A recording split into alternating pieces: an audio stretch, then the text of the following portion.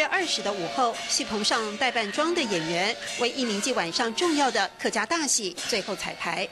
那年轻人都没有走出来，因为他宅男宅女在家里玩电脑啊，是不是差很多？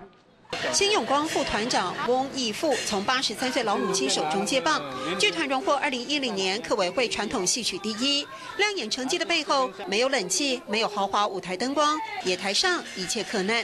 夏天很热，现在吹的也是很热啊，很辛苦。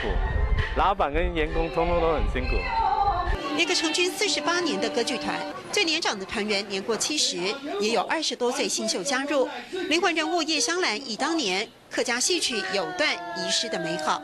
一年四季，大部分每一个月都在戏院里面做。将近过年的时候了哈，就会休假10天。小生的应该是要印。 对对，要运这个打散，比如说有的是在柯南的环境中为理想演出，客家戏曲在乡野间期盼换回台下观众的热情。欢迎大家来看戏，真景董景彩，这第1名的客家大戏，欢迎大家来看戏。谢梦玉、安之生，谢谢。 大家应该都有这样的记忆吧？小时候看舞台戏，你要拿板凳，赶快卡好位，等着看好戏。不过现在，即使在开演前看到的广场还是稀稀落落的。或许唯一不变的是这一些传统戏剧表演者，他们持续投入的表演乐趣。